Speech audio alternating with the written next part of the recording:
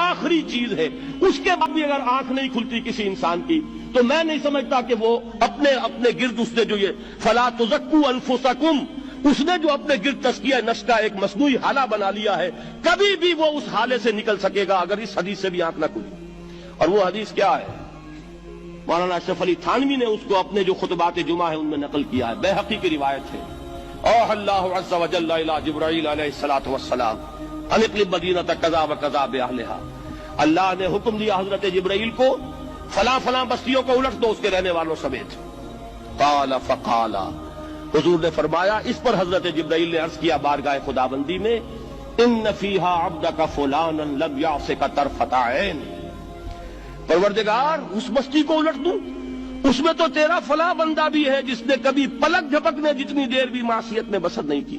اب آپ اندازہ کیجئے، یہ جو ہے نا اپنے آپ کو رگڑنا اور مانجنا اور پوری زندگی رگڑنے میں اور مانجنے میں لگا دینا، ہم بعض بزرگوں کے تذکرے میں سنتے ہیں اتنے اللہ والے تھے، اتنے اللہ والے تھے کہ ان کا گھوڑا بھی کوئی مشکوک دانہ نہیں کھاتا تھا، اور وہ خود جو ہے وہ انگریز کی عدالت میں بیٹھے ہوئے اور انگریز کی نوکری کر رہے تھے۔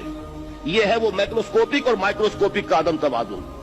طاغوت کی چاکری کر رہے ہیں، انگریز کی ملازمت کر رہے ہیں، انگریز کے قانون کی تنفیذ کے اندر اعلی کار بن رہے ہیں، لیکن ذاتی تقویٰ اور ذاتی نیکی اور ذاتی للہیت جو ہے اس کا معیار یہ ہے کہ ان کا گھوڑا بھی مشکوک چارہ اور مشکوک کھانا نہیں کھا سکتا۔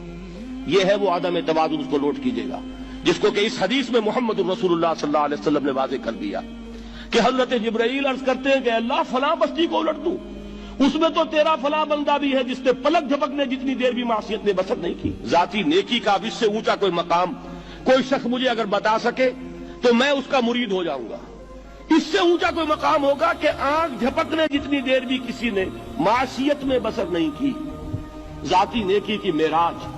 لیکن حکم کیا ہوا بارگاہ خداوندی سے؟ قال فقال، حضور نے فرمایا، اللہ تعالیٰ نے حکم لیا جبرائیل کو، اقلب علیہ وعلیہ، الٹو اس بستی کو، پہلے اس بدبخت پر پھر دوسروں پر۔ کیوں؟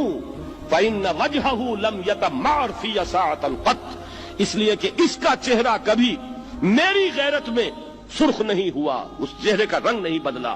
بے غیرت انسان، بدیاں پھیلتی رہیں، میرے دین کو روندا جاتا رہا، میری شریعت کی دھجیاں بگڑتی رہیں، اوامر کا مذاق اڑایا جاتا رہا، نواہی کے لیے دنیا کے اندر جن چیزوں سے میں نے روکا اس کے لیے فلسفے تراشے گئے، اور یہ لگا رہا مست رکھو ذکر و فکر صبح گاہی میں اسے، یہ سوائے ذاتی اپنے اس اصلاح کے اور ذاتی تقویٰ کے اور ذاتی نیکی کے اور ذاتی عبادت گزاری کے یہ میدان میں نہیں آیا، اس کا خون نہیں کھولا کبھی، اس کے چہرے کا رنگ متغیر نہیں ہوا، لہذا یہ دوہرا مجرم ہے۔ یہ ہے وہ تصور جو یہاں پر نوٹ کیجئے۔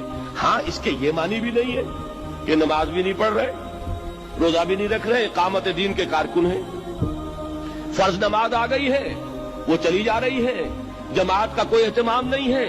اب یہ دو انتہائیں ہیں، ایک انتہا یہ کہ وہ تزکیہ نفس جو ہے اسی میں وہ رگڑنے اور مانجنے کا عمل جاری ہے، ایک یہ کہ اس کا سرے سے کوئی تعلق ہی نہیں، اپنی ذات سے بحث ہی نہیں۔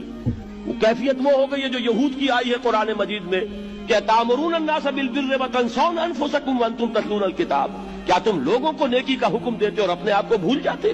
یہ دوسری انتہا ہے۔ پھر وہی بات عرض کروں گا، وہی بال سے زیادہ باریک اور تلوار کی دھار سے زیادہ تیز راستہ ہے جس پہ چلنا ہوگا، کہ نہ یہ ہو کہ وہ مبالغہ ہو رہا ہو، اپنی ذاتی اصلاح میں تو مبالغہ کی حد تک آگے جا رہے ہیں، اور دوسرے یہ کہ اپنے دین کی تبلیغ و اشاعت، اقامت دین کی جدوجہد، اس کا خانہ ہی نہیں کھولا زندگی میں۔ دین کی بات پھیلانا صدقہ جاریہ ہے، ثواب کی نیت سے ویڈیو کو شیئر ضرور کیجیے۔ جزاک اللہ۔